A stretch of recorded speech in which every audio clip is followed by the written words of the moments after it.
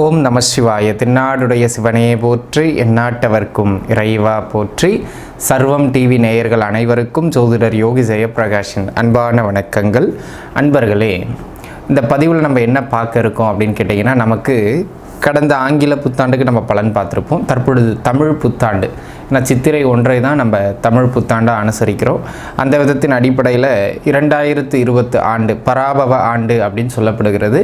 இந்த 12 மாதங்களுக்கான இந்த ஆண்டு பலன் எப்படி இருக்கிறது அப்படிங்கிறத நம்ம பார்த்துருவோமுங்க. இப்போ இதில் பார்த்திங்கன்னா, எப்போவுமே ஒரு ஆண்டு பலன் கணிக்கின்ற பொழுது பொது பலனின் அடிப்படையில் அது 4 வருட கிரகங்களின் பெயர்ச்சிகள், நகர்வுகள், இருப்புகள் இவற்றின் அடிப்படையில் தான் கணிக்கப்படுதுங்க. சனி, ராகு, கேதுக்கள் மற்றும் குரு.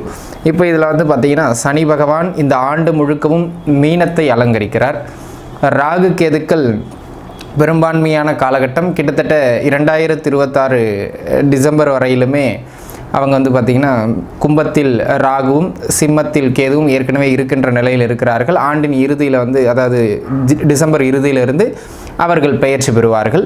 அதனை அடுத்ததாக குரு பகவான் ஆண்டின் ஆரம்பத்திலேயே ஜூன் மாதமே உங்களுக்கு கடகத்துக்குள்ளே போயிடுவோம். அப்படி இதுதான் இந்த பராபவ ஆண்டினுடைய வருட கிரகங்களினுடைய நிலைப்பாடு.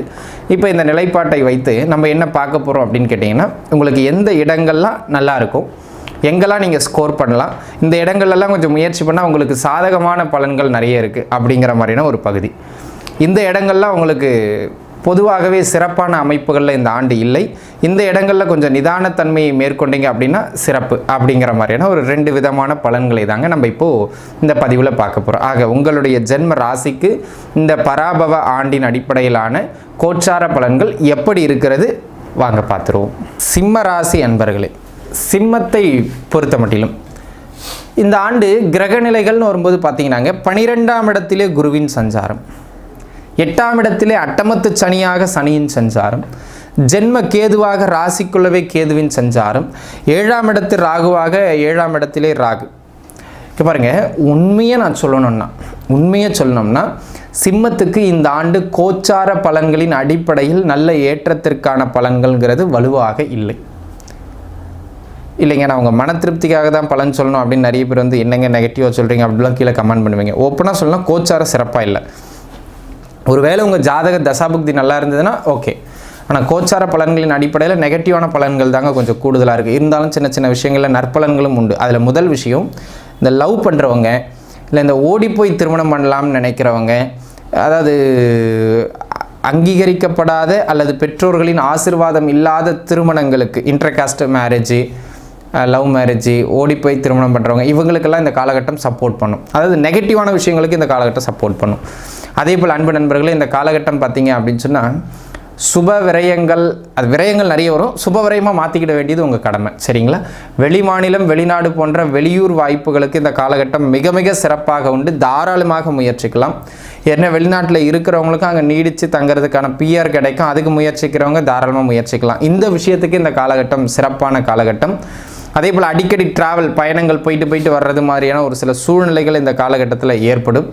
ஒரு சிலருக்கு எதிர்பாராத திடீர் தொலைதூர பயணங்கள், இப்போ திடீர்னு கம்பெனி மூலயமா ஒரு ஆஃபர், 1 மாதம் போயிட்டு வாங்க, நம்ம நினச்சா வெளிநாடு போக முடியுமா அப்படின்னு நம்ம நினச்சே இருக்க மாட்டோம், வெளிநாடு போயிட்டு வர்ற சூழ்நிலை வந்துடும். அந்த மாதிரி எதிர்பாராத சின்ன சின்ன நல்ல விஷயங்கள் வெளியிடம் சார்ந்து கிடைக்கும்.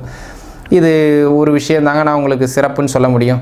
கையிலிருந்து நிறைய விரயங்கள் ஏற்படும். அதனால் ஏதாவது பெண்கள் ஒரு பொருட்சேர்க்கை செய்கிறதோ அல்லது ஒரு சிலர் வீடு கட்டுறதோ, கடன் வாங்கி இல்லைங்க, கையிலேருந்து விரயமாகாத ஒரு பொருளாக மாற்றி வச்சுருங்க, இல்லைன்னா வீண் விரயங்கள் அதிகமாக நடந்துக்கிட்டே இருக்கும், அதை பார்த்துக்கிடணும். மற்றபடி நான் உண்மையை சொல்லணும்னா பெரிதாக ஏற்றம்னு சொல்கிற அளவில் இல்லை, சுருக்கமாகவே சொல்கிறேன். இந்த காலகட்டத்தில் எங்கெங்கே கவனமாக இருக்கணும். முதல் பாயிண்ட் ஆரோக்கியம். ஹெல்த்தில் ஏதாவது ஒரு தொந்தரவுகள் வந்துக்கிட்டும் போய்கிட்டும் இருக்கிற காலகட்டம். அப்போ ஆரோக்கியத்தில் கூடுதல் கவனம் எடுக்கணும் அப்படிங்கிறது ஃபஸ்ட்டு பாயிண்ட். 2வது, இந்த காலகட்டம் தேவையில்லாத மனக்குழப்பமும் மன அழுத்தமும் அதிகமாகிட்டே இருக்கும். அப்போ எதை செஞ்சாலும் 1க்கு 2 முறை யோசிச்சு செய்யுங்க. உங்களுடைய நலம் விரும்பி உங்களுக்கு கைட் பண்ணக்கூடிய யாரேனும் ஒரு நல்லவரை கூட வச்சுக்கிட்டு அவங்க சொல்கிறத கேட்டு நடக்கிறது நல்லது. நீங்கள் தனித்து முடிவெடுக்கிறத தவிர்ப்பதே மேன்மை தரும் சிம்மத்துக்கு இந்த காலகட்டத்தில். அதே போல் மன வாழ்க்கைங்கிறது கொஞ்சம் எளிமையாக அமையாது, ரொம்ப சிரமப்பட்டு பல அலைச்சல்களை தந்து உங்கள் ஜாதக தசாபுக்தி நல்லா இருக்குன்னா கல்யாணம் முடிஞ்சிடும். ஆனால் அலைச்சல்களும் திருச்சல்களும் அதிகம் அப்படிங்கிறத சிம்ம அன்பர்கள் மறந்துவிடக்கூடாது. அதே போல் அன்பு நண்பர்களே, இந்த காலகட்டங்கள் பார்த்தீங்க அப்படின்னு சொன்னால் தேவையில்லாத விஷயங்களுக்காக விரயங்களும் தேவையில்லாத விஷயங்களுக்காக வம்புகளும் வருகிற காலகட்டம். சும்மா வந்துட்டு இருப்போம், ஒரு தேவையில்லாத ஒருத்தன் பிரச்சனை பண்ணி எதையாவது ஒன்று பண்ணி விட்டு போயிடுவாங்க, அதுக்கு நம்ம செலவு பண்ண வேண்டியதாக இருக்கும். இது எல்லா கேட்டகரிலையும் இருக்கிற அவங்க தகுதிக்கு ஏற்ற மாதிரியான அமைப்புகளில் பொருந்தும். ஆக அன்பு நண்பர்களே, இந்த காலகட்டங்களை பொறுத்த மட்டிலும் வீணான தேவையில்லாத விஷயங்களில் தலையிடுறதை தவிர்த்து கொள்வது மிகச்சிறப்பு. ஏன்னா இந்த காலகட்டம் சொல்கிற அளவுக்கு மிக சிறப்பான அமைப்புகளில் இல்லை.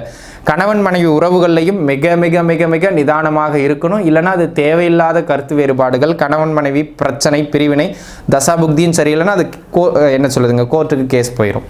தசாபுக்தி நல்லா இருக்குன்னா பிரச்சனையாக இருக்கும், நீடிப்பீங்க. அந்த மாதிரியான ஒரு அமைப்புகள் அன்பு நண்பர்களே, மன வாழ்க்கை சிறப்பான அமைப்புகளில் ஜாதகம் காட்டல.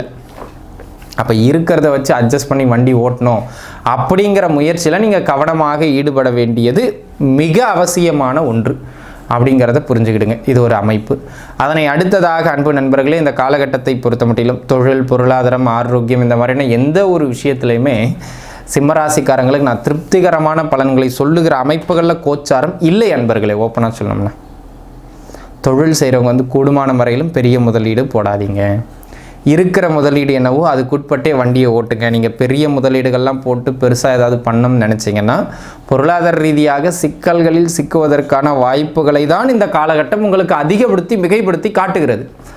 அப்போ தேவையில்லாத விஷயங்களில் போய் முதலீடுகள் போட்டு தலையிட்டு மாட்டிக்கிட வேண்டாம் அப்படிங்கிறத மட்டும் மைண்டில் வச்சுக்கிட்டிங்கன்னா போதும். அதே போல் அன்பு நண்பர்களே, ஆரோக்கியத்தில் என்ன சொன்ன மாதிரி ஏதாவது ஒரு தொந்தரவுகள் வந்துக்கிட்டும் போய்கிட்டும் இருக்கும். இந்த நீண்ட பயணங்கள் வண்டி வாகனங்களில் செய்கிறது, செல்ஃப் டிரைவிங் பண்ணுறது, பருவ வயது பிள்ளைங்களை அந்த வீலிங் பண்ணுறது, இந்த மாதிரியான விஷயங்கள்லாம் வேண்டாம். இதனால் தேவையில்லாத பழக்க வழக்கங்களால் உடல் நலக்கேடு, தேவையில்லாத சின்ன சின்ன விபத்துக்களால் உடல் நல தொந்தரவு இந்த மாதிரி ஏற்படுறது மாதிரியான ஒரு காலகட்டம். ஆக எதிலும் நிதானித்து செயல்படணும்.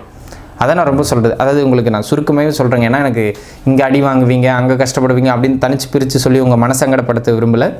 மன வாழ்க்கை, ஆரோக்கியம், தொழில், பொருளாதாரம், உறவு நிலை, இந்த 5ம் வாழ்வின் முக்கிய 5 அம்சங்கள்.